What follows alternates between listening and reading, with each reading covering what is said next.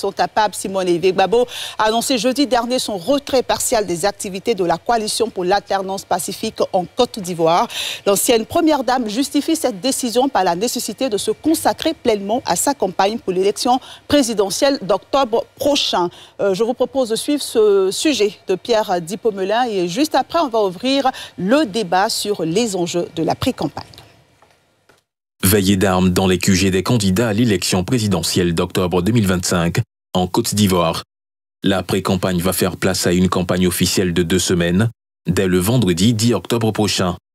D'ici là, les masques tombent et les lignes bougent, afin d'obtenir des réformes électorales garantissant des élections inclusives, libres, justes, transparentes et apaisées. Toutefois, la présidente du MGC a dit son regret de constater l'échec de cette mission. La CAP Côte d'Ivoire n'a pas réussi à obtenir les réformes du système électoral souhaitées. Face à cette situation, Simone Gbagbo affirme que la priorité est désormais de remporter l'élection présidentielle afin de réaliser toutes les réformes qui fondent l'existence de la CAP Côte d'Ivoire. Elle explique ainsi sa décision de se faire représenter aux activités de la coalition tout en s'investissant pleinement et exclusivement dans la pré-campagne et la campagne électorale. À côté de ce fait politique, les rencontres stratégiques se multiplient. Après le président du PPACI, Laurent Gbagbo, qui a rencontré les candidats recalés par le Conseil constitutionnel, Charles Blé Goudé, lui, même s'il réserve sa consigne de vote pour le 4 octobre prochain, s'est rendu chez la candidate du MGC et celui du Code pour les féliciter suite à la validation de leur dossier de candidature. Aoua Donmilo, rentré de voyage, a pris contact avec Vincent Toby. Des actions qui montrent l'engagement des candidats à mettre toutes les chances de leur côté afin de ne pas faire de la figuration dans ce scrutin présidentiel. Aussi prennent-ils le contre-pied d'une autre partie de l'opposition qui envisage des marches contre le processus électoral.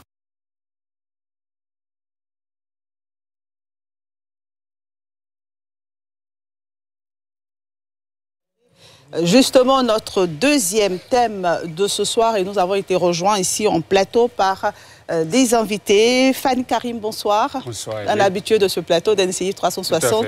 C'est toujours un plaisir. Merci beaucoup. Et vous êtes le maire de la commune d'Issia. J'ai également à ma gauche M. Kwame Kwaku. Bonsoir. Bonsoir, madame. Vous êtes le directeur de campagne de cabinet du candidat Aoua Donmilo. Non, précisément le directeur de cabinet du ministre Aoua Donmilo. Ah, d'accord. Le directeur de cabinet, non le dans les directeur QG de des campagne. candidats. Tout le plaisir pour nous de participer à cette émission. D'accord. Et comment se passe la pré-campagne? Vous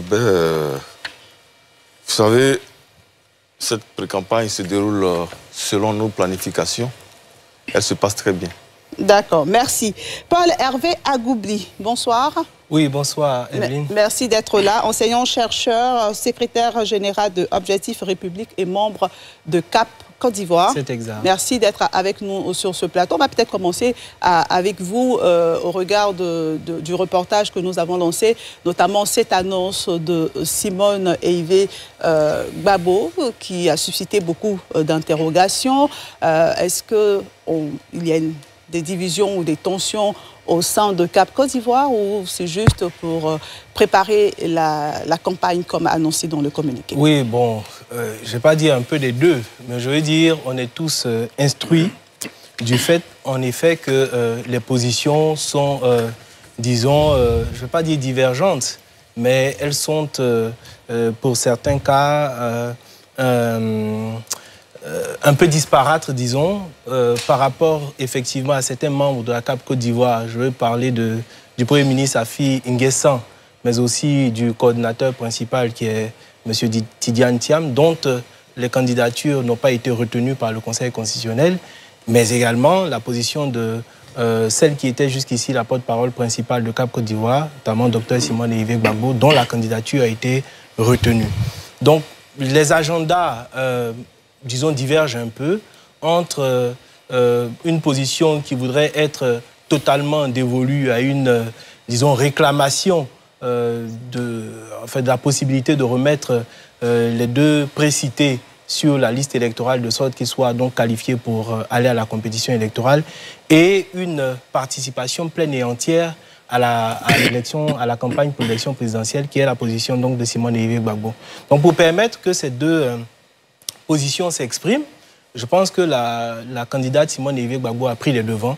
Donc elle a préféré effectivement déférer à un membre du MGC la participation régulière donc, aux réunions de CAP Côte d'Ivoire. Cependant, effectivement, que la CAP se réorganise pour poursuivre un agenda qui pourrait être donc complémentaire à ce qui se fait ici. Mais docteur Paul Hervé Agoublé, ne faites pas la langue de bois ce soir sur ce plateau. Permettez-nous de comprendre. Est-ce à dire qu'aujourd'hui, au niveau de CAP Côte d'Ivoire, il y a une division, il y a des mésententes sur le positionnement, la stratégie. On a donc des membres de cette coalition qui ont déposé leur dossier pour la présidentielle. Certains dossiers n'ont pas été retenus. Il y a des dossiers qui ont été retenus. Un dossier qui a été retenu. Pourquoi ne pas faire bloc derrière le dossier retenu? On a besoin de comprendre. Ça aurait été l'idéal.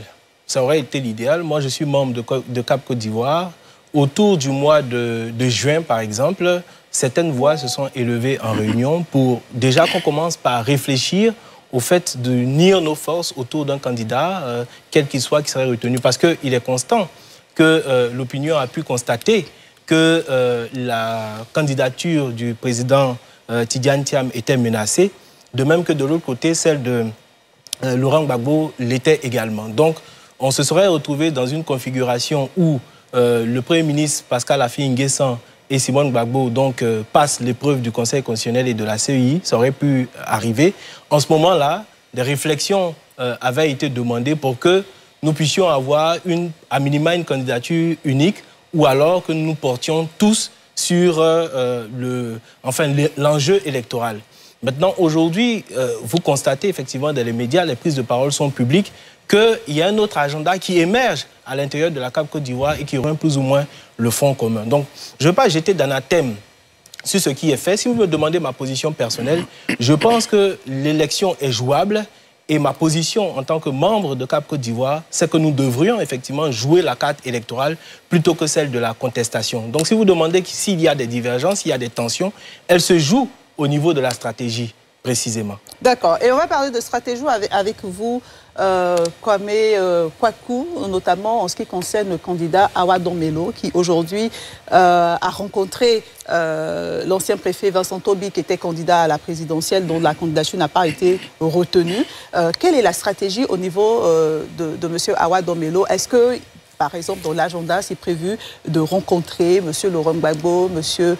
Tidiane Thiam ou à travers ses représentants ici en Côte d'Ivoire? Alors, madame, comme je le disais d'entrée de jeu, nous avons fait une planification en tenant compte de notre candidat.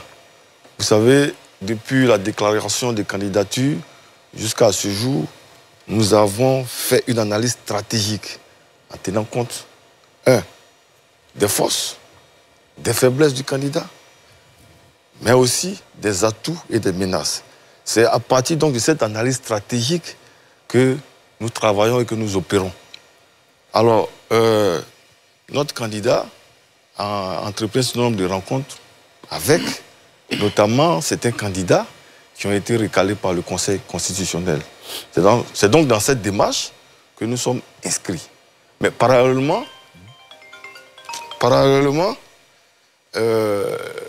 nous avons aussi, comme vous l'avez constaté, vous l'avez suivi, nous avons aussi décidé de rencontrer un certain nombre de communautés, mais aussi des décideurs que souvent les gens ne mettent pas en avant.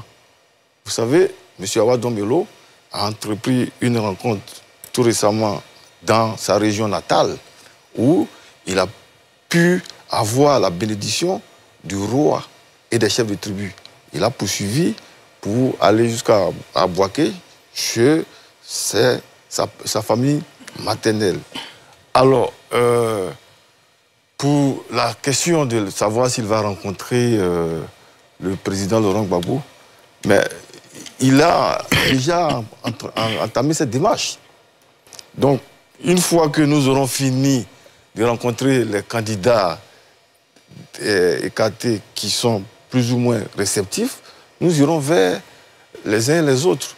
Il vous souviendra qu'il a fait quand même une déclaration publique dans laquelle il a clairement indiqué qu'il soutenait, il espérait être soutenu, du moins par un certain nombre de personnalités politiques. D'accord. La dernière question, avant de poursuivre mon tour de table, vous avez parlé d'analyse, de force, d'atouts, de menaces. Quelles sont les forces de votre candidat? Ah ben oui, ça c'est évident. Je veux dire que M. Wawa Domelo, tous les Ivoiriens le connaissent. D'abord, c'est un technocrate qui a fait ses preuves au Bénin. C'est un monsieur qui est intègre. Vous avez vu son bilan au Bénin, même quand le pouvoir a changé, nullement il n'a été inquiété. Et c'est cette valeur, ces valeurs-là que porte le candidat qui ont fait que, même à l'international, il a été sollicité. Donc ça, ce sont ses forces.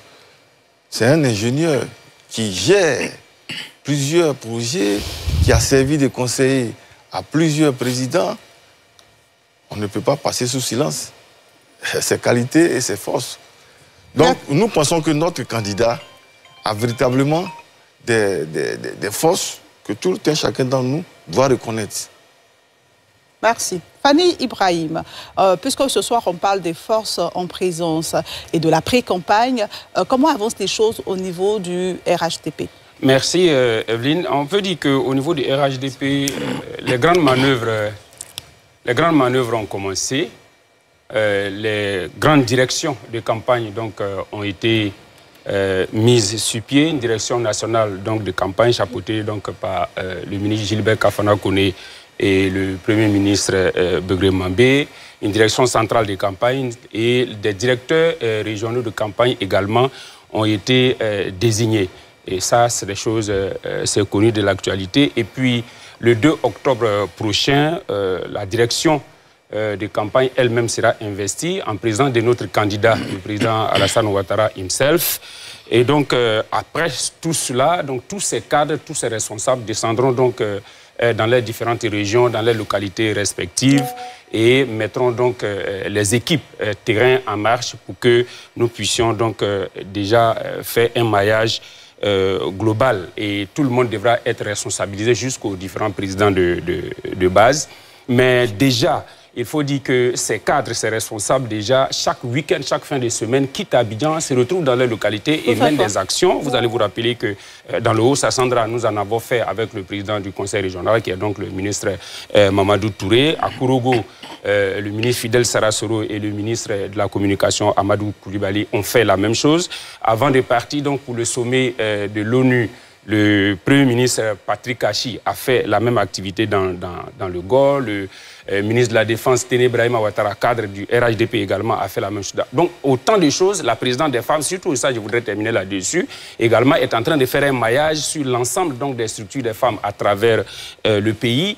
Madame la ministre Dogo Belmond, j'étais encore hier avec elle à Galébré et à Niatroa, où elle est en train de mobiliser donc, ses bases. Autant de choses donc, qui sont en train d'être mises sur place. Mais il faut dire que bientôt, donc à partir du 11, lorsque la campagne sera ouverte, vous allez voir que nous allons déployer donc, cette grosse machine qui est le RHDP pour que toutes les bases soient véritablement en ébullition et en unisson pour produire donc, au 25 octobre le résultat que nous escomptons tous. D'accord. Maître Serge-Olivier Ouraga, je me tourne vers vous en ce qui concerne le COGEP, qui a entrepris une série de rencontres.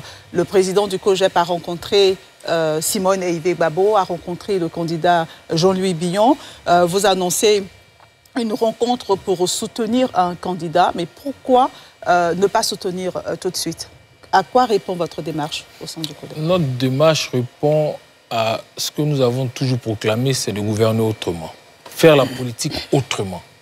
Alors, vous avez des candidats, nous en avons 4, 3 de l'opposition, 4. Nous avons décidé de choisir, de soutenir un candidat. Mais ce soutien que nous voulons apporter, nous voulons le faire sur une base qui est tout à fait objective et rationnelle. Donc, nous avons élaboré un document qui se rapporte à tous les secteurs donc, de gouvernance d'un État, de notre pays. Et nous sommes allés vers les candidats, pour leur Jean-Louis Billon, la candidate Dr Simone Eivé Gbagbo, que nous avons interrogés sur leur projet, sur leur programme, de sorte à nous assurer que ce projet, ce programme à des points de convergence ou de divergence également avec le programme et le projet que nous portions. De telle façon que lorsque nous allons nous retrouver à notre convention le 4 octobre à Yamoussoukro, nous allons faire ce choix de façon tout à fait objective. Donc voilà ce à quoi répond notre démarche. On ne va pas aller plébisciter un candidat sur la base d'émotions ou d'affinités. Non, mais c'est sur la base d'études que l'on va faire des programmes de chacun des candidats. Nous, au COJEP, nous avons fait le choix d'aller à cette élection. Parce que, Madame Débat, et tous les Ivoiriens le savent, nous pensons que cette élection-là, elle est très ouverte. Nous pensons que l'opposition a une chance unique de remporter cette élection. Le candidat en face, le RHDP, l'analyse que nous faisons, c'est quoi? Voici un parti politique qui n'a jamais participé à une élection tout seul. C'est un parti politique qui a toujours été porté, que ce soit en 2010, même en prenant en compte les résultats de M. Issou Bakayoko, c'est avec le PDCI. En 2015, ils sont allés quasiment tout seuls, parce que l'opposition n'était pas présente dans son entièreté. Certains étaient encore détenus en exil. En 2020, il y a eu un boycott. Et nous nous retrouvons aujourd'hui en 2025 où tous les acteurs de la politique, de l'opposition notamment, sont présents. Nous pensons qu'aujourd'hui, c'est la vraie élection. Donc ce parti-là va maintenant les adversaires. Et nous avons des adversaires de poids, Madame Débat. Nous pensons que c'est une occasion unique que nous avons aujourd'hui d'aller à l'alternance. Eux, ils veulent concerner les élections. Qu'est-ce qu'on a fait? Le RHDP, on a totalisé plus d'1,5 million de voix. Nous avons aujourd'hui 8,7 millions d'électeurs. Quand on fait le ratio, ça fait à peu près 17%. Bon, même si on est très généreux, on va leur accorder 20%. Mais sauf à réinventer les règles en arithmétique, celui qui a 1,5 million de voix sur 8,7 millions n'est pas majoritaire. Donc cette élection, nous pensons il ne reste plus qu'aux Ivoiriens à sortir et à aller voter. Parce que le RHDP est aujourd'hui au pouvoir tout simplement parce que les Ivoiriens ne votent pas. Il faut que nous sortions. Parce que depuis 2010, il y a des millions et des millions d'Ivoiriens qui ne vont pas voter. Okay. Allons voter et nous allons donc aller à l'alternance à laquelle nous aspirons tous. On vous a bien entendu. Je vais donner la parole à Turbanga et ensuite à André Silver Kono en termes d'analyse, d'observation de ce qui se passe dans cette pré-campagne. On a une absence de vision commune, si on peut le dire, au sein de la CAP Côte d'Ivoire. On a le COJEP qui donc multiplie des rencontres pour désigner son candidat. Nous sommes à quelques jours de l'ouverture de la campagne. Analyse?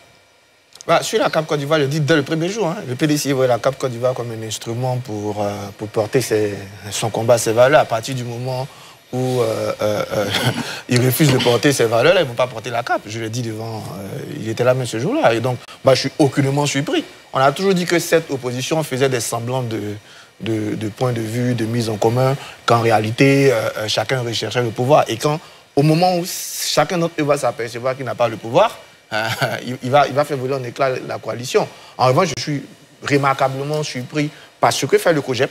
C'est intéressant. Pourquoi? Ils sont pas retenus, mais ils pèsent, ils essaient de peser dans le jeu politique. Ça, c'est remarquable, c'est très constructif de leur part. Et même de donner, finalement, dans l'opposition, la pré-campagne, j'ai envie de le dire, c'est le COJEP qui l'a fait. C'est le COJEP qu'on voit. C'est le COJEP qui tente des choses. C'est le COJEP qui fixe une convention publique. Donc, le 4 octobre va pouvoir attirer la lumière. Justement, de façon générale, je trouve que la pré-campagne, elle est quelque peu morose et je ne comprends pas les partis d'opposition dans leur pré-campagne. On a le directeur de cabinet du ministre Awa Domelo. La stratégie, mais elle est molle. Parce que vous venez quand même de loin. Vous avez quelque chose à rattraper. La pré-campagne, c'est le moment, justement, pour qu'on connaisse mieux le candidat, pour qu'on connaisse mieux le projet. Mais je suis désolé, ce n'est pas en partant connaître, ce n'est pas en allant rencontrer ses parents. Ça, pour moi, ce n'est pas des éléments majeurs. Je pense qu'aujourd'hui, il nous faut par exemple une grosse conférence publique pour que M. Awa Domelo nous démontre son projet. On ne connaît même pas l'équipe de campagne. On a un mois, on ne sait même pas qui est le directeur de campagne. 28 jours. Voilà, à moins d'un mois. Je vous demande à Ivoirien aujourd'hui, qu'est-ce que va faire Domelo? Il ne sait pas. Vous demandez à Ivoirien qui va accompagner Domelo? Il ne sait pas. Mais je peux le dire pour la même chose pour Simone Gbagbo. Henriette Zagou a tenté de faire une conférence de presse la semaine passée et puis c'est mort. Moi, je pense que les partis d'opposition ont... Quand tu es dans l'opposition, de fait, tu es derrière. Donc, c'est à eux d'accélérer leur pré-campagne. Je la trouve vraiment, vraiment trop molle. Parce qu'aujourd'hui, aucun Ivoirien n'a idée claire de ce que va lui dire un parti d'opposition. Comme je l'ai dit, on entend même plus le COJEP que vous qui êtes engagés.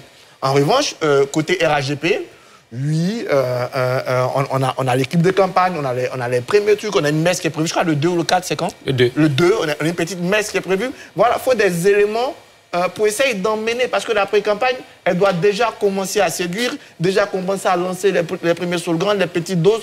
Pour l'instant, je trouve qu'ils ne sont pas accrocheurs. Arthur Banga, André Sylvestre, avant de vous donner la parole, j'aimerais écouter ce téléspectateur qui nous appelle de Port-Bouët, qui a une question pour l'opposition. Est-ce que l'opposition ivoirienne veut vraiment une alternance? On vous écoute. Bonsoir. Bonsoir, Louis. On vous écoute. Allô. Allô, on vous entend. Je vous appelle de Port-Bouët. Oui. Voilà, c'est moi, c'est Kone Koza. Kone Koza, allez-y pour votre question. Oui, je vais poser une question au débatteur là, à savoir s'il veut faire seulement une alternance parce qu'il veut faire l'alternance, ou bien il veut proposer un projet de gouvernement plus alléchant que celui du RHDP. D'accord. Merci pour votre question. Ils auront l'opportunité de répondre à cette question. André Silva Konon, sur la pré-campagne et sur éventuellement ce que vous avez entendu sur ce plateau, vous avez l'habitude, en tant que journaliste, de couvrir les élections présidentielles en Côte d'Ivoire. Cette pré-campagne, selon vous, comment s'annonce-t-elle? Alors, voilà une élection, un scrutin qui doit se tenir dans un mois, dans 28 jours, dans moins d'un mois, voilà. Et on parle plus des personnalités recalées que des candidats. Voilà. Pourquoi? Parce qu'il y a une illisibilité en matière de stratégie de l'opposition. Et je l'ai dit de façon constante. Quand on dit que l'opposition a une stratégie illisible, on ne demande pas à l'opposition de nous déballer sa stratégie. La stratégie du RHDP, elle est très lisible. L'objectif pour eux, c'est que le président Alassane Ouattara, président sortant et candidat du RHDP, soit élu, mais alors sans violence. Et la stratégie que le RHDP met en place est très claire. Il y a un certain nombre de mécanismes, il y a un arsenal politique qui est déployé sur le terrain. On voit de façon... tous les week-ends, presque tous les jours, les ministres sont en campagne, ils sont sur le terrain. Il y a un arsenal militaire, voilà, les gendarmes, les policiers, il y a même un plan de sécurisation de l'élection qui a été déjà conçu pour éviter que ce qui s'est passé en 2020 ne se répète. Il y a un arsenal répressif. On voit de nombreux cyberactivistes et autres qui sont interpellés, foutus en prison. On a même vu le procureur sortir récemment.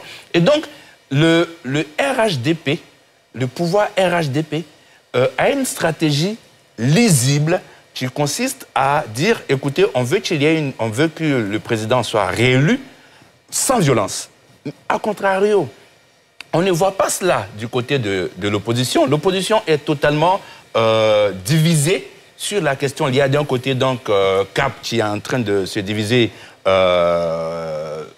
elle-même en interne, avec d'un côté ceux qui estiment qu'il faut rejoindre le Front commun, et de l'autre côté ceux qui disent, ben, écoutez, pourquoi est-ce qu'on ne soutiendrait pas l'un des candidats?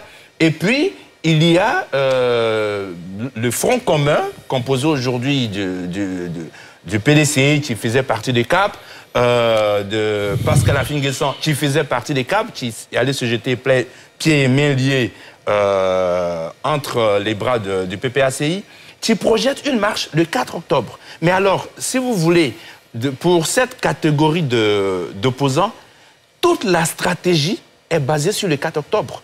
Voilà, malheureusement, pour ce 4 octobre, il y a plusieurs options possibles. Le premier cas, c'est que la marche soit interdite. Et dans ce cas, ce que je ne souhaite d'ailleurs pas, parce que moi, je suis un partisan de ce qu'il faut laisser les gens marcher, parce que quand on interdit une marche, ça crée plus de problèmes à un pouvoir que quand on l'autorise. Deuxième scénario possible, c'est qu'il y ait un flop ce jour-là au niveau de la mobilisation. Et dans ce cas, ça ne produira rien. Troisième cas, c'est qu'il y ait une mobilisation pareille à celle qui a eu lieu à Yopougon. Et toutes choses étant égales par ailleurs, cela ne produira toujours pas d'effet. Et quatrième cas, c'est sur ça que l'opposition mise, c'est sur ça que l'opposition compte, cette partie de l'opposition compte. Elle espère, à travers cette marche, organiser une grande mobilisation, aboutissant peut-être à la paralysie d'Abidjan, ou bien même de l'intérieur, accessoirement des autres villes de l'intérieur. Mais ce dernier cas, il est hypothétique. Voilà, parce qu'il n'est pas sûr que une grosse majorité de la population descende dans la rue dans ce cas. Okay. Dans les 4 cas possibles, la stratégie est illisible et ça ne fait que bénéficier au RHDP. Kwame Kwaku, je me tourne vers vous. La question du téléspectateur, est-ce que l'opposition veut vraiment une alternance? C'est quoi sa stratégie? Une pré-campagne qui a un peu... dans laquelle on ne voit pas le candidat, par exemple, Awa Domelo, en train de dérouler son plan, sa stratégie, donc illisibilité à quelques endroits. Qu'est-ce que vous répondez à cela? Merci, madame. Je voudrais d'abord dire que ce n'est pas parce qu'on ne voit rien se passer qu'il ne se passe rien. Mais on est dans une élection présidentielle. Vous êtes d'accord qu'on a besoin de voir des choses pour choisir le candidat? Nous allons utiliser la même stratégie qui nous a permis de passer l'étape du Conseil constitutionnel. Okay. Vous savez, nous partons en candidat indépendant. Et en candidat indépendant, nous n'allons pas avoir la même stratégie que ceux qui sont adossés sur des appareils politiques. N'est-ce pas? Nous parlons aux grands électeurs, d'abord, dans un premier temps. Quand j'ai dit qu'il a rendu visite à ses parents, c'était pour simplement avoir leur bénédiction. Les grands électeurs, c'est qui? Ce sont des candidats qui sont recalés. Ils ont quand même des Ivoiriens derrière eux.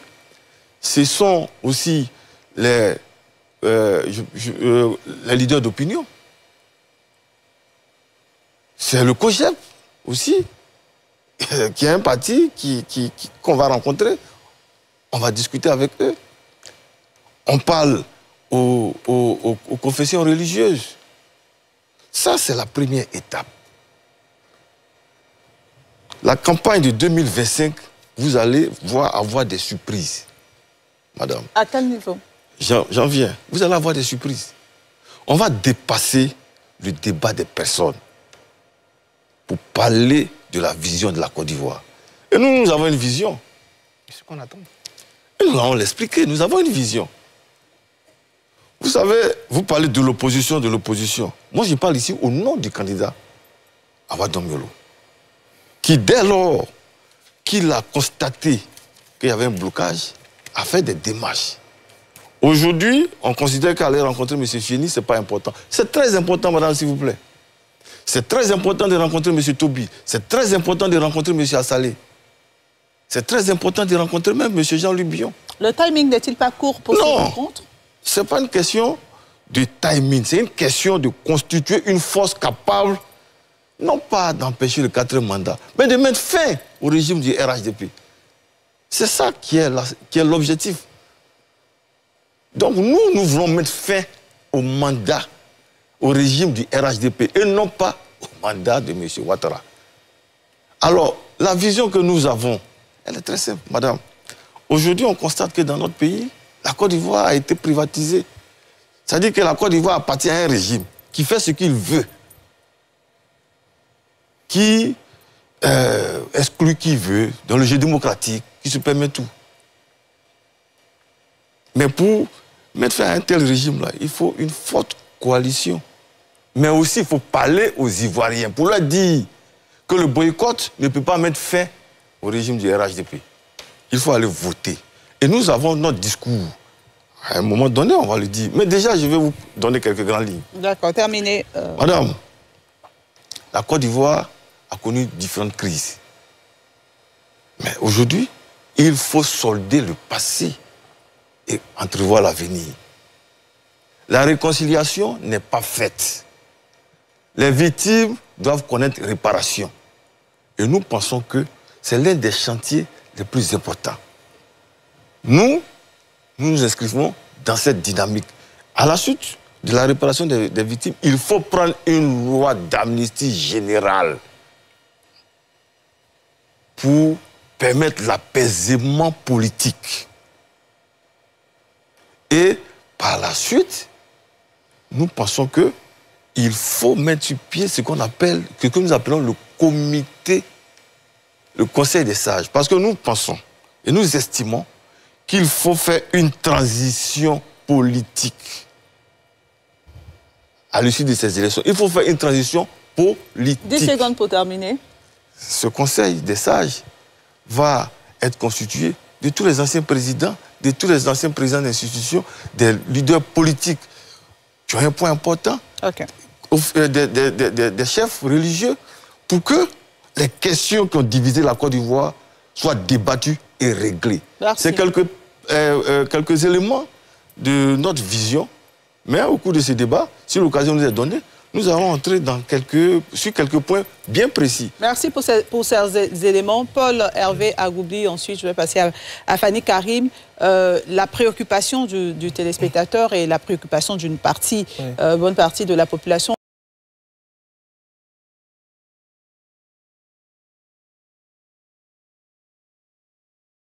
Ivoirienne, notamment, finalement, que veut-elle cette opposition? Veut-elle une alternance démocratique? Veut-elle vraiment une alternance démocratique? On a des dissensions, des mésententes, des positionnements qui ne sont pas compris. En tant que membre de Cap Côte d'Ivoire, que répondez-vous?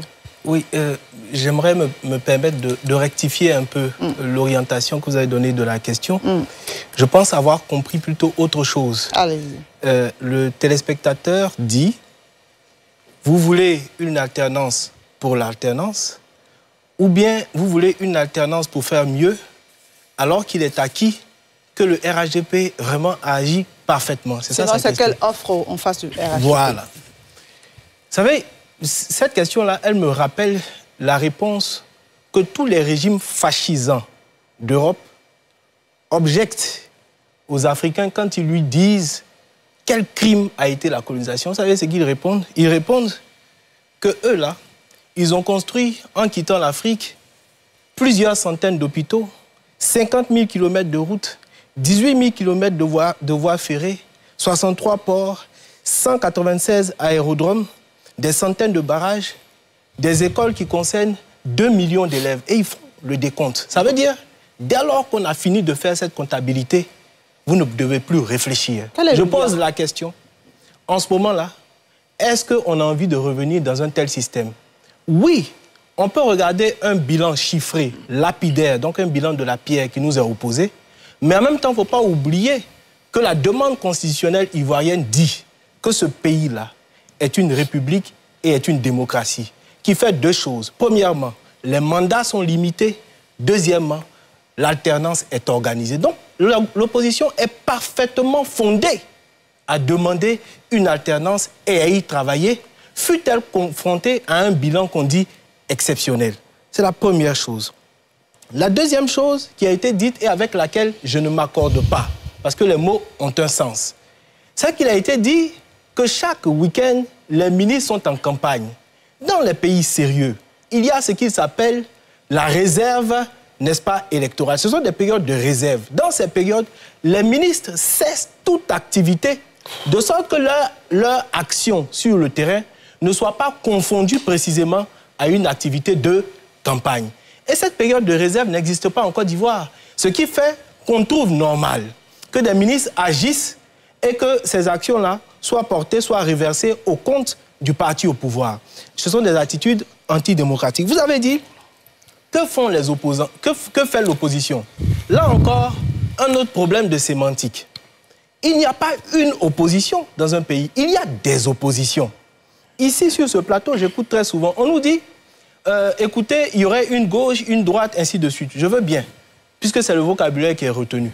En même temps, on doit tirer de cela la conséquence que dans l'opposition, il y a plusieurs volontés, qui fait qu'il n'y a pas une, mais des oppositions. C'est ce qu'on devrait dire. Donc, on ne doit pas s'attendre à ce qu'une opposition agisse, mais à ce que plusieurs oppositions en face du parti au pouvoir veut. Mais est-ce que cela ne fragilise pas ces oppositions? Non, mais justement, on le dit parce qu'en même temps, il y a une conséquence. La conséquence, c'est dans les conditions de l'opposition fragmentée, le parti au pouvoir gagne forcément. C'est totalement faux.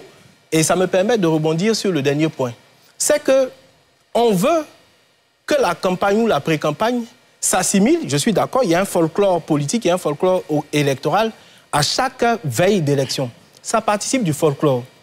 Mais ce folklore-là ne doit pas nous permettre de valider le récit d'une victoire prématurée parce que dès lors que je sors la foule, je tire la conséquence que j'ai gagné. Nous avons 8 millions d'électeurs, madame.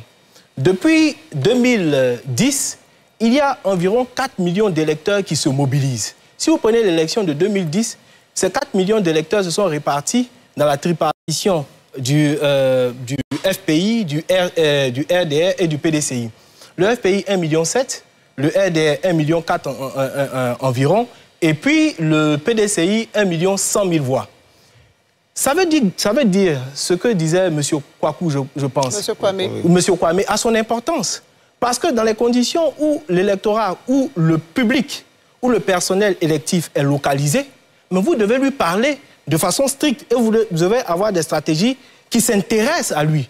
Puisque dans les 30 millions d'habitants, vous parlez à un public qui est très localisé. Terminé. Et je peux vous dire, pour savoir ce qui est fait au niveau du MGC par exemple, qu'une telle stratégie existe puisque des missions sont faites de sorte à parler directement à ce corps électoral-là qui, lui, devra se décider le 25 octobre. Merci Paul-Hervé Agoubli. On continue le débat avec vous, Fadi Karim. Oui, merci bien. J'ai entendu beaucoup de choses. Je ne sais pas si je pourrais répondre à tout, mais je vais essayer, dépendant du temps que vous allez m'accorder.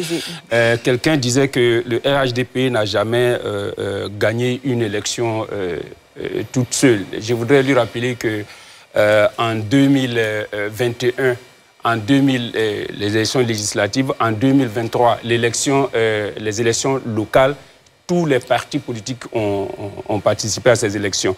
Et il dit en plus que le RHDP n'est crédité que d'un potentiel de 1 500 000 personnes sur la liste électorale. Ok, d'accord. Au moment où le RHDP faisait ces 1 500 000, l'ensemble des autres partis d'opposition, combien ont-ils eu? À peine 500 000 personnes. Donc, vraiment, je ne crois pas que c'est avec des chiffres comme ça ou bien avec des calculs arithmétiques que vous faites, parce qu'on a 8 millions de personnes et qu'aux dernières élections, il y a 1 500 000 personnes seulement qui ont voté pour le RHDP. Alors, vous allez venir donc ramasser le reste de ces électeurs. Il n'y a vraiment pas de problème. Je pense que nous serons sur le terrain.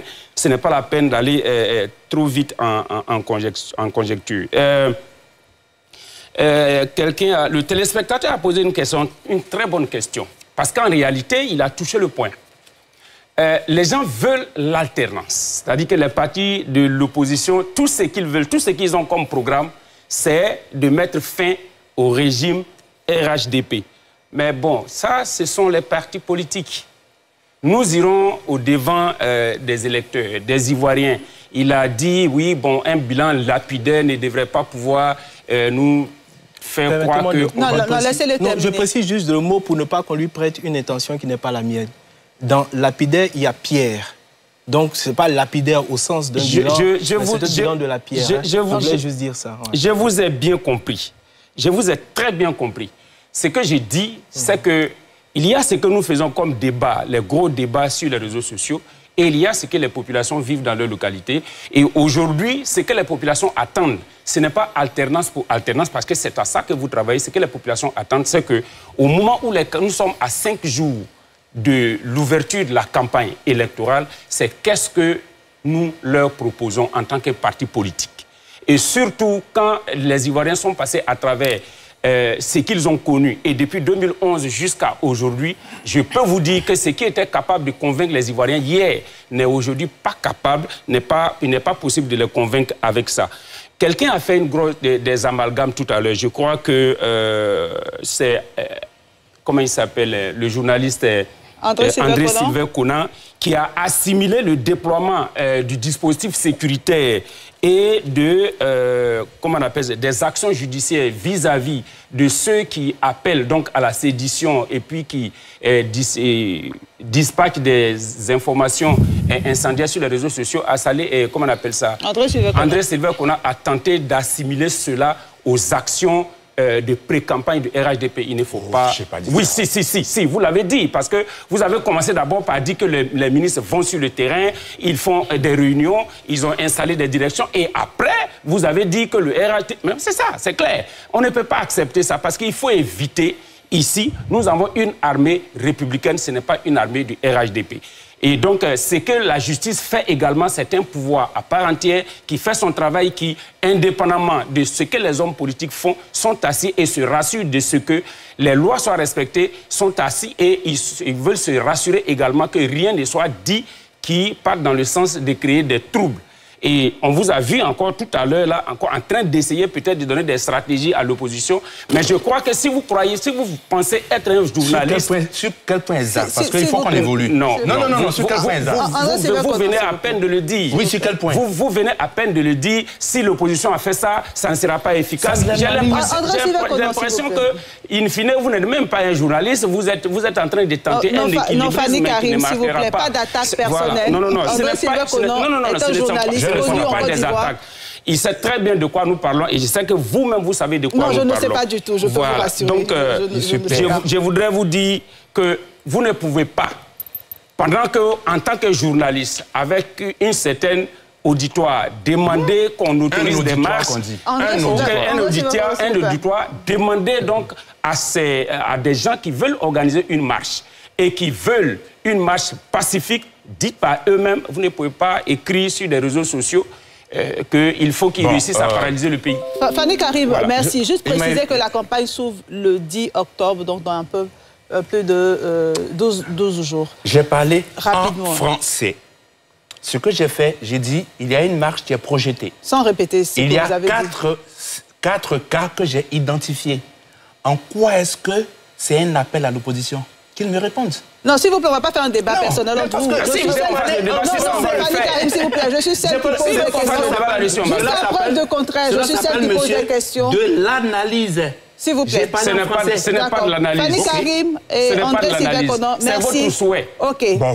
Achille Banga a la parole maintenant. Bien, je vais dire 2-3 choses sur la notion de pré-campagne. D'abord, je reviens. Non. Il y a une campagne officielle, mais comme l'a dit, je crois, Mitterrand, un homme politique est toujours en campagne. Dès le jour où tu as cité à lieu, le lendemain, tu es en campagne. Il ne faut pas se méprendre. Il ne faut pas tromper les Ivoiriens. Un ministre est aussi un homme politique qui a souvent des responsabilités politiques.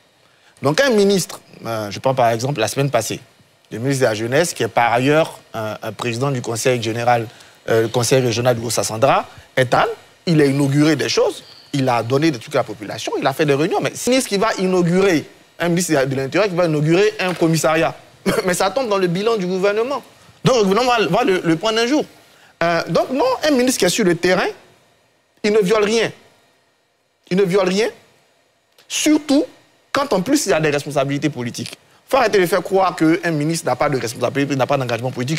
Quand il fait une campagne, bien qu'il va vers ses populations, il biaise le jeu politique. Il ne le biaise pas. C'est la réalité et c'est comme ça. Et ça se fait partout. Et je rappelle encore cette phrase de Mitterrand qui dit que la campagne, on l'a fait dès qu'on est élu. Deuxième chose, la comparaison quand même, j'ai envie de dire, surprenante entre le fascisme, la colonisation et un téléspectateur qui appelle pour dire qu'il est satisfait du bilan. D'abord, c'est mépriser le téléspectateur. Non, le ramener, ou bien qu'il questionne le bilan. Le ramener à la colonisation, au fascisme, c'est bon, vous savez de quoi on parle quand on parle de la colonisation. Oui. On parle de gens qui n'avaient pas de droits. Oui. De gens à la colonisation, vous et moi, on ne peut pas s'asseoir ici, on peut parler. Donc ramener la Côte d'Ivoire d'aujourd'hui ou un téléspectateur qui n'est pas à la colonisation, c'est insultant. Insultant pour les Ivoiriens, c'est méprisant. Il faut arrêter de parler de fascisme quand vous venez à un plateau télé à 20h, c'est encore insultant. Il faut respecter quand même le minimum de notre pays. On ne peut pas être ici et venir parler de fascisme à cette heure-là quand on parle de la Côte d'Ivoire. Moi, je me sens ulcéré, je me sens offensé en tant qu'Ivoirien. Donc je veux que ça se soit retiré. On ne peut pas traiter mon pays de fasciste. Maintenant, revenir à l'aspiration du bilan. Mais vous n'allez pas imposer votre vision à quelqu'un. Si le téléspectateur ou l'Ivoirien, aujourd'hui, c'est ce qu'il souhaite.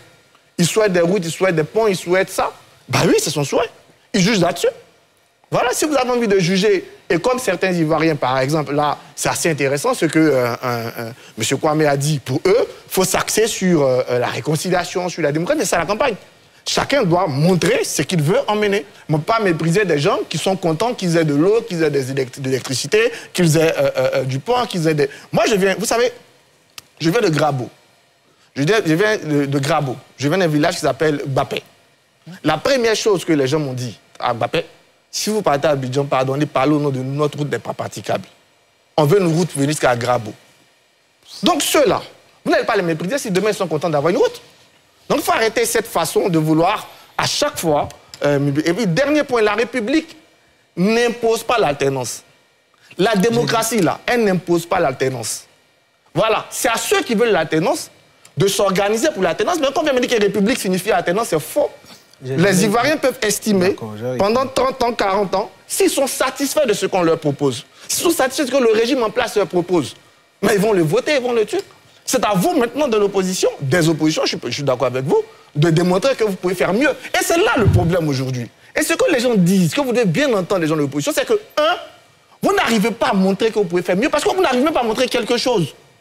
On a 27 jours des élections, on ne sait rien de ce que le MGC, puisque je pense qu'il se met en porte-parole du MGC, va faire pour la Côte d'Ivoire. On ne sait pas. Aujourd'hui, quel Ivoirien qui sait, par exemple, si Simone Gbagbo vient, quelle c'est sa première décision, mais personne ne sait. Il a fallu aujourd'hui que moi, je vois M. Kwame, vous me dites que voici ce qu'on tente de faire. Mais c'est de ça que je parle. Je veux que cette pré-campagne... Non, on ne tente pas, on va vous expliquer. Voilà, c'est ça qu'on entend. Mais déjà, la pré-campagne, quand je prends par exemple en 95, je reviens à cette élection, le progrès pour tous, le bonheur pour chacun, a été dit dès le mois d'août ou de juillet, alors que l'élection était en octobre. Mais aujourd'hui, à 28 jours, à 27 jours des élections, je ne sais pas ce que Simone Gbagbo va faire en termes de sécurité. Je ne sais pas ce que Simone Gbagbo va faire en termes, même une idée en termes de je sais pas quoi, d'école. C'est de ça qu'on parle. Et j'estime que vous faites mal. Et dernier point par lequel je vais terminer. Okay, vraiment, M. Kwame, oubliez. Bon, il y a des récalés. Je n'ai pas de mépris pour M. Feynestone, mais j'estime que, vraiment, je ne vois pas comment on doit faire bastionner l'élection, avec tout le respect que je lui dois. Voilà. Maintenant, oubliez les récalés du style Thiam et Laurent Gbagbo. Ils ne vont pas vous soutenir. En revanche, là, je suis d'accord avec vous. Il faut parler à l'électorat. Mais comment vous allez parler à l'électorat? En cherchant les soutiens, les mots, ils ne vous donneront pas. En cherchant justement à dresser ce qu'ils veulent. Qu'est-ce qu'un militant du PPACI, qu'est-ce qu'un militant du PDCI aurait souhaité? Est-ce que vous arrivez, vous, ils veulent que les candidats soient sur la liste. Bah, là, vous ne pouvez pas. Donc, vous n'allez pas pouvoir les choisir. Mais vous pouvez les charmer, ne vous pas que ça. Il y a qui veulent des meilleures choses dans leur vie.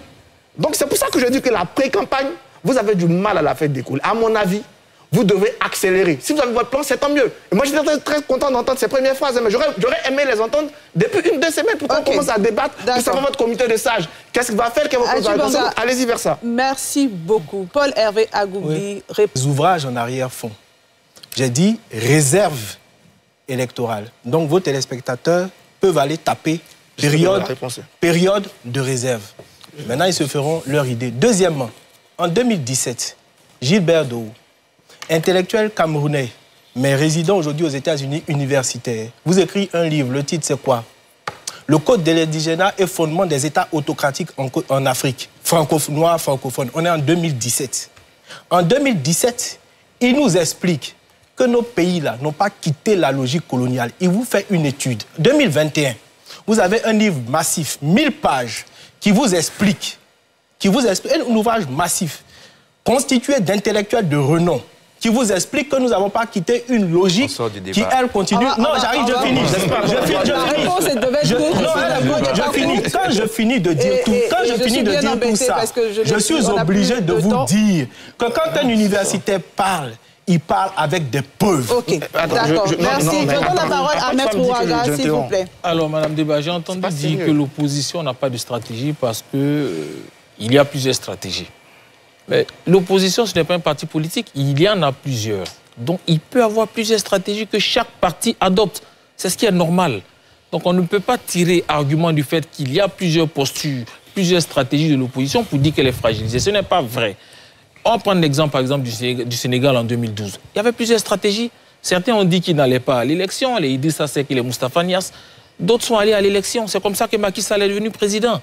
Donc, on n'a pas besoin forcément d'avoir une seule stratégie. On n'a pas besoin forcément d'avoir un seul candidat. Tout récemment, je prends encore l'exemple du Sénégal, plus de 15 candidats, il y a l'opposition qui a encore gagné en 2024. Donc, ça, ce n'est pas vrai. Donc, ceux qui adoptent cet argument-là, il faut laisser tomber, ce n'est pas vrai. Madame Deba, pour nous aujourd'hui, le seul défi, c'est le défi de la mobilisation. Nous l'avons dit, c'est un indicateur tout à l'heure de dire que le RHDP a eu 1,5 million de voix sur 8,7 millions.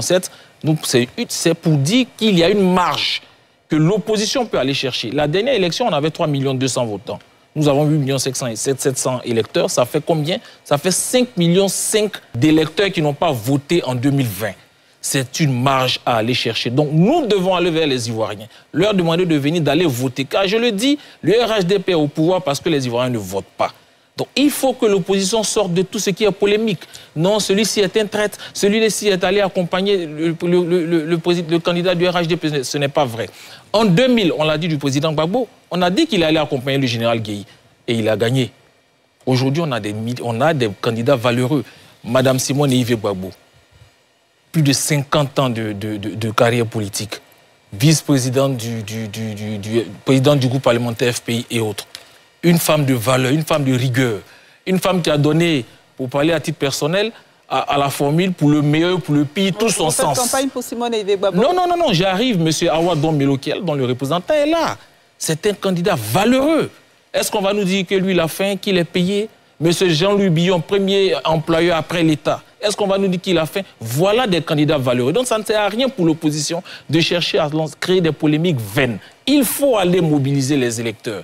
Et ceux qui nous disent, par exemple, que la liste électorale n'est pas fiable, nous constatons, nous savons tous, nous l'avons dénoncé, la liste électorale a des imperfections. Mais madame, c'est sur cette même liste, avec cette même liste électorale que le PPAC et le PDCI ont gagné à Yopougon.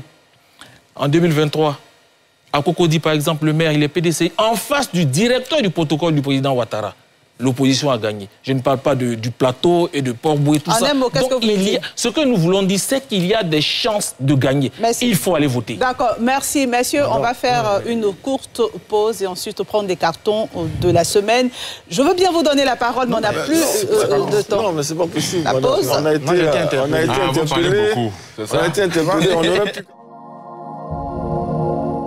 1975-2025. Depuis 50 ans, Petrosi est le pilier de l'énergie dans notre pays. Le gaz butane à la portée de tous les ménages, c'est Petrosi. Les énergies propres et bon marché qui alimentent nos industries, c'est aussi Petrosi. Les bus émergents qui roulent au gaz naturel véhicule, c'est aussi Petrosi. 258 km de pipeline multi-produits d'Abidjan à Yamoussoukro, c'est aussi Petrosi. 200 000 barils de pétrole jour d'ici 2028, c'est aussi Petrosi. Petrosi. Produire l'énergie d'une nation forte. Le service de gestion des données géoscientifiques de la SODEMI existe depuis 1962. Grâce au travail des femmes et des hommes de la SODEMI et grâce à un matériel de pointe. Chaque année, plus de 160 compagnies dans le domaine minier sollicitent ce service.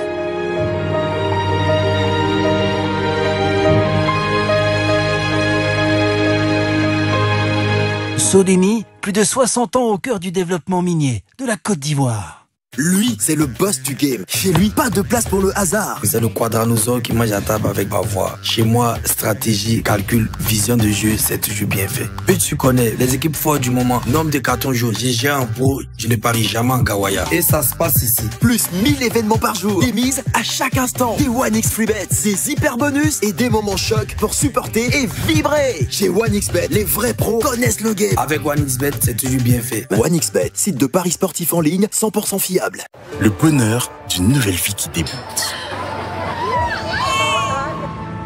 Heureusement que j'ai cotisé pour mon congé maternité. La joie d'une autre vie qui commence. Heureusement, j'ai cotisé pour ma pension de retraite. L'assurance d'être protégé contre les risques de la vie professionnelle. Heureusement que j'ai cotisé contre le risque de capacité. La CNPS, maintenant, c'est pour tout le monde. Sur le terrain comme dans la vie, la vraie force ne se mesure pas à la taille, mais à l'énergie. Avec les Captain, fais le plein d'énergie et surprends tout le monde. Les Captain, c'est doux et c'est zo. Difficile d'imaginer la vie sans les autres. On les veut à nos côtés. Merci. On est toujours rassuré de les savoir proches. Pour nos projets ou notre plaisir, ils sont toujours prêts à se mettre à 4 ou à 10 pour que la vie reste plus facile. Alors, parce que le bien que nous sémons nous revient encore plus fort, nous sommes là pour votre santé. Grâce à la CMU, le soutien de tous assure la santé de chacun. 0 cotisation à la CMU, ça continue jusqu'au 31 décembre 2025. La CMU, votre assurance santé.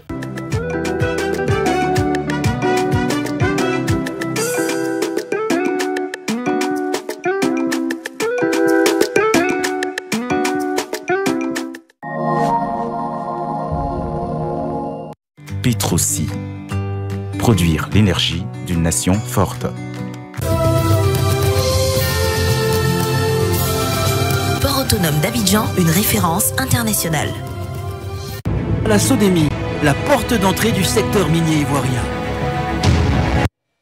Vous suivez NCI 360 sur la nouvelle chaîne ivoirienne et vous avez raison. Notre deuxième sujet de ce soir qui portait sur les forces en présence et les enjeux de la pré-campagne. La campagne électorale, je le rappelle, s'ouvre le 10 octobre prochain, dans un peu plus de 10 jours. Et certainement, nous aurons l'opportunité de connaître le programme proposé par chaque candidat. C'est le temps des cartons de la semaine. On va donc passer au carton de la semaine juste après ceci.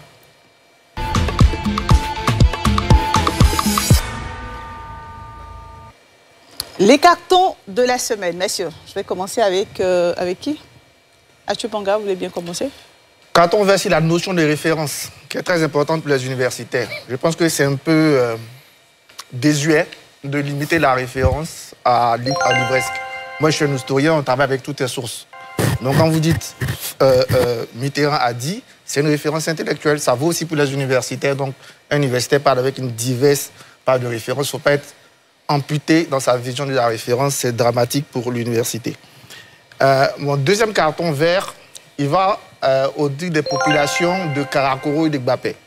Parce que la semaine passée, avec Bimité Ouattara, j'étais à Karakoro pour parler de cohésion sociale. Hier, à Gbapé-Grabo, j'ai dit leurs attentes. Et puis mon dernier carton vert, c'est pour la sécurisation des élections. Je félicite l'armée et l'état-major, mais toutes les forces, forces de défense et de sécurité, qui se sont mobilisées toute cette semaine dans une opération de préparation, parce qu'il est important de sécuriser les élections. Des élections qui ne sont pas sécurisées, si par exemple une partie de la Côte d'Ivoire est empêchée de voter, ça peut avoir un impact sur la rigueur et la valeur du scrutin. Donc il faut encourager les armées. Ça n'a rien de martial, ça n'a rien de contre la liberté d'expression, mais c'est fondamental pour notre République que nos forces de défense et de sécurité, nos armées assurent la quiétude ce 25 octobre et même en avant et puis en amont. Elles n'ont fait que le répéter. D'accord, merci. Maître Serge Olivier Ouraga, votre carton. Alors j'ai un carton en 3, donc la parole pour 3 cartons. Ce carton-là, il est pour le COJEP et pour son président, le président Charles Blé Goudé. Vous savez, il y a quelques temps, on interrogeait le président Charles Blé Goudé sur son avis sur le 4e mandat. Il avait expliqué, donc, il avait raisonné, donné donc les raisons pour lesquelles, lui, son appréciation en fait, du 4e mandat. Mais, Madame Débat, certains ont cru voir ici un soutien du COJEP au 4e mandat. Non. Rapidement. Le COJEP a été contre le 3e mandat et bien entendu, le 4e mandat a le même sort. Mais nous ne nous arrêtons pas sur le 4e mandat. Nous avons décidé de stopper le 4e mandat dans les urnes. Donc ce carton, non, c'est un carton en 3.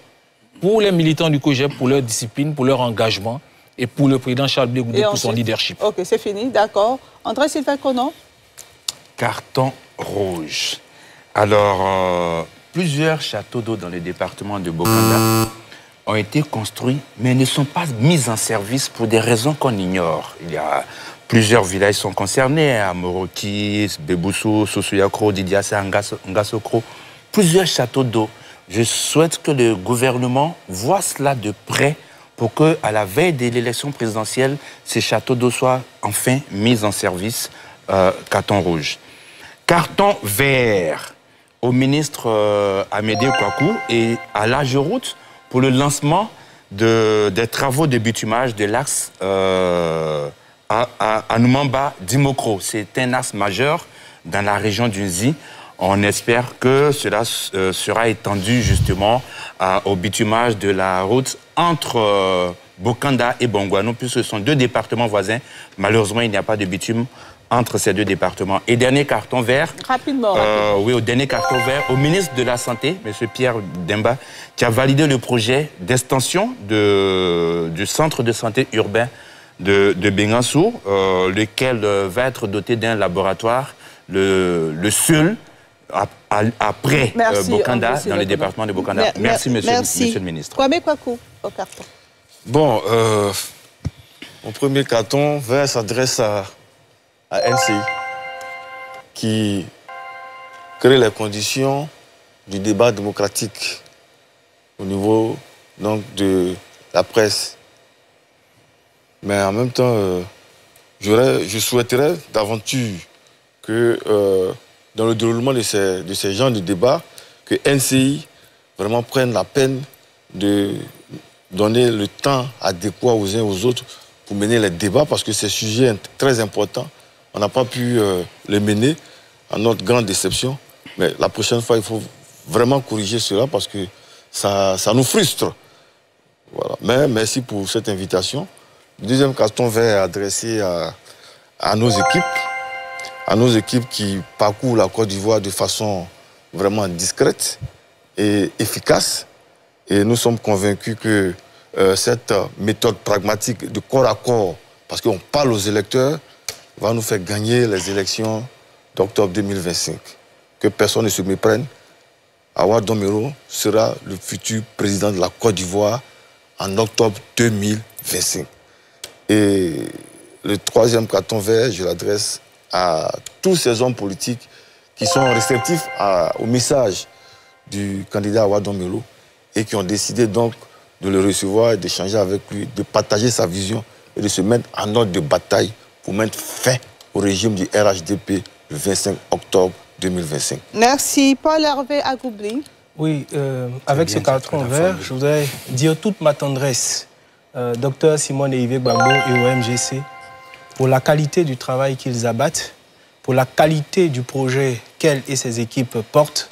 Et je pense qu'ils sont sur la bonne voie. Quand ça sera l'occasion, effectivement, de décliner tout le potentiel électoral qui est le sien, je crois que les Ivoiriens auront de bonnes choses à attendre. Je complète ce carton vert que je dédie, mais vraiment très chaleureusement au MGC. Je l'accompagne d'un carton rouge. Lorsque un universitaire me parle, il parle très précisément avec des preuves et des preuves littéraires s'entendent, de sorte que quand vous avez des centaines et des centaines de gens qui se sont assis et qui ont réfléchi à une question, qui ont acquis une expertise précise sur quelque chose, une simple phrase lancée dans un débat télévisé ne peut pas remettre en cause ce travail profond et puissant, analytique. D'accord, merci. Fanny Karim, oui, j'aurai 3 cartons, un rouge et 2 verts. Le carton rouge s'adresse à tous ceux qui, loin de nos localités, appellent les jeunes de quelque manière que ce soit à leur demander de se préparer à en découdre, etc., etc. Vraiment, je voudrais demander à tout le monde de laisser nos populations dans la quiétude et dans la cohésion dans laquelle donc, elles vivent entre elles, indépendamment de leurs origines et leurs partis politiques.